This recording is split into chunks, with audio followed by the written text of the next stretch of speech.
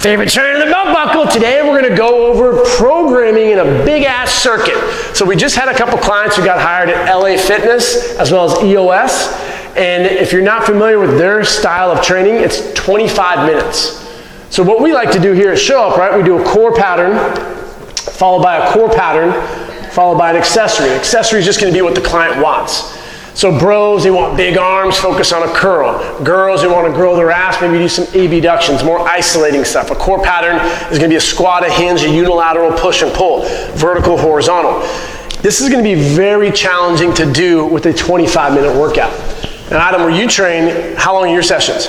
An hour. So you have a lot more time. You're going to have people that want those shorter sessions. And when you go to certain gyms, like in EOS or LA Fitness, 25 minutes. And doing this circuit right here is probably not going to work. And so doing a bigger, big-ass circuit like this is going to be superior. But what we're going to do is we're going to take a look at this one right here, and we're going to optimize it based off of science. So we have a burpee, a bench dip, stability ball curl, push-ups, military press, lunge, Bosu ball squat, jump rope, hip thrust, abductions. You would then rest maybe for 30 seconds to a minute and do it again. Now, how long do you think, or how many of these big circuits do you think you could do in 25 minutes? 2 to 3. I bet you're going to get like maybe right there in the middle for that third round. Now, the purpose of these at those locations are just to smoke your clients. So you got two options.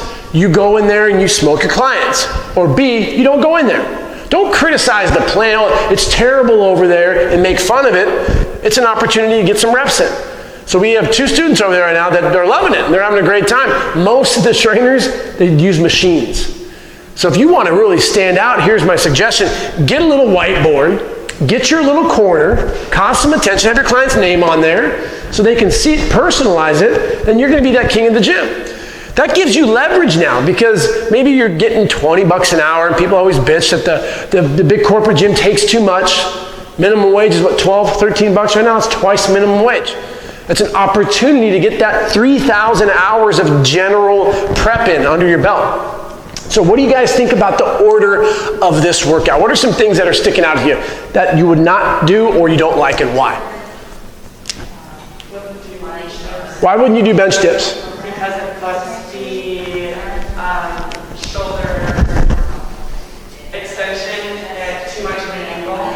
Anthropometry is the study of the body in its parts. The humerus comes back to 70 degrees. Why would you put the humerus at 90 degrees? It would be like me taking my elbow and seeing if I can get it to 230. Why? It doesn't do that. It stops at 180. And so by doing a bench dip, first off, I always ask, why are we going to do a bench dip? And why do you think most people do a bench dip? For what area? Tricep. So that's fine. Okay. Have we done push-ups? Have we done close grip push-ups? Superior exercise, military press? No, we'll focus on those. If you wanted to do a bench dip, I have never done them with a client. You got to restrict your range of motion, externally rotate, and you got to go like that. It's kind of a terrible exercise, so I agree with you. Let's take the bench dip out. What else? Hip thrust seem kind of low. Good, hip thrust low. So this is a force producer, right? We can produce a lot of tension here. So you want to put tension more towards the top. So I agree with you. Let's move the hip thrust over here. Multi-jointed exercises first. Large to small, proximal to distal. What else? I probably wouldn't do burpees just because I hate them and they make me miserable. All right, burpees, taboo, right? I love burpees for people who hate burpees. I hate burpees for people who love burpees. I just like to stir the bee's nest. I'm a big believer in jumping. And jumping, I would put into this program. If they're a beginner, teach them how to jump. Here, none of this Tinkerbell stuff, right? We don't want that. You load, jump over a penny. Load, jump over a penny. You can do this right in the warm-up. Even if you're overweight to obese, our parents, they're not going to blow out a knee from doing this. Just working on the mechanics, the movement competency. If you've been doing them for a good month, where do jumps go in your programming? At the end or at the beginning? At the beginning, because it's maximal type 2 recruitment. Do we want to be doing jumps for 30 seconds? No, don't do them for time, do them for reps. 8 max, 10 max, that's it. Then you move on to the next one. Burpees are very exhaustive. That's why I would challenge the burpee. How do you think your bench dips, your stability ball curls, your push-ups, your military press, your lunges are gonna be after you just smoked yourself in the beginning? It'd be like, all right, everyone, let's run a mile as fast as you can, and then right when you're done, let's rest 15 seconds, and then run 100 with perfect form. It's not gonna be likely, you're already exhausted, right? So I'm gonna take the burpee out, and depending on the circumstance of the individual, I'm going to do a prereq jump. So I'll put that as like the main first thing that we're gonna do. And that's something that's called potentation. Potentation, PAP. Post-activation potentation. What it does, it primes the nervous system. So when you do a jump first and then you go into a force producer, you're actually gonna be stronger. So that would be more advantageous versus putting it down here when you're tired. All right, so very good, I like that. What else you guys see? You'd be on your back, stability ball, and just do a knee curl. So it's just a leg curl.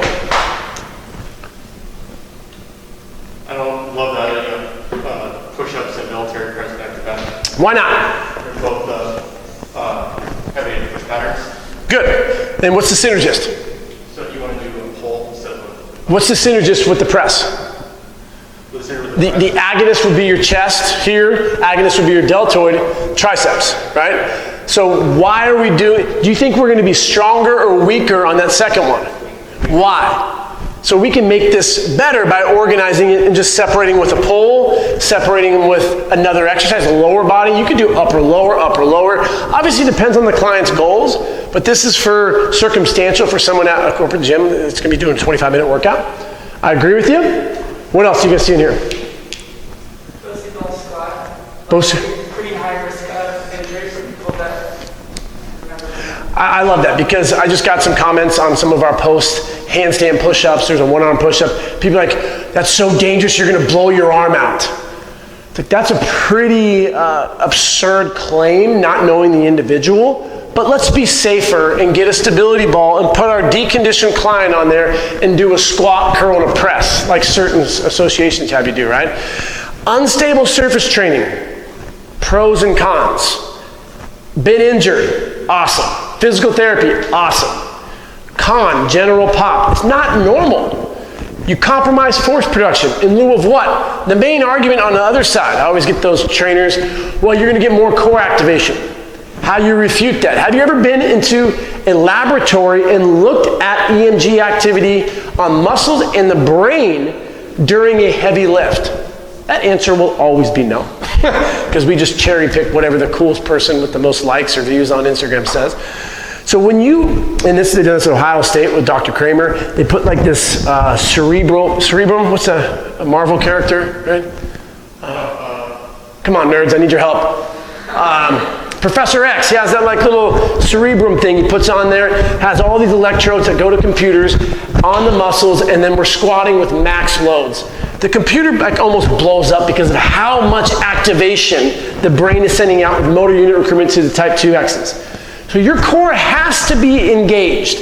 So the argument is really, really weak. For therapy, it's fine, but we're not therapists.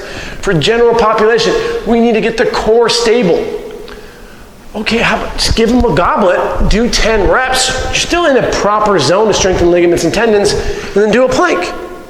So the unstable stuff, when I see it in a program, I'm always gonna ask why. The other thing people are gonna say is balance. Older people need to work on balance. Now here's the question, do older people need to work on balance or do they need to get stronger? Because when we're stepping down the stairs, you can't stabilize in the frontal plane due to sarcopenia, dynapenia. You don't have the strength, and so you fall, you break a hip, you die. How about you do this with your clients? Take one client and do unstable surface training. Try it out. And take one client and do stable surface training. And watch what happens to their balance as they get stronger. The specific adaptation to imposed demands said, if you train unilaterally with load, you're gonna get stronger. Your balance will improve. But we like to drink the punch and follow blindly. So I agree with you on the Bosu ball squat. I would not do that, we're taking it out. The stability ball curl, it's a single jointed exercise way too high. So I wanna move this down. And there's a lot of variety that you can put in here. But if we do a jump into a hip thrust, into a lunge next, which you could do, but that demand's pretty high, right? So let's give the lower body a rest and then choose an exercise where you can produce more force. Now you could do a military press. I'm all right with that. Military press. 3, so we got the presses gone. What would be a good 3 to do? Anyone? Lunges. It'd be good to throw your lunges in here now. Then let's go to the push-up. And then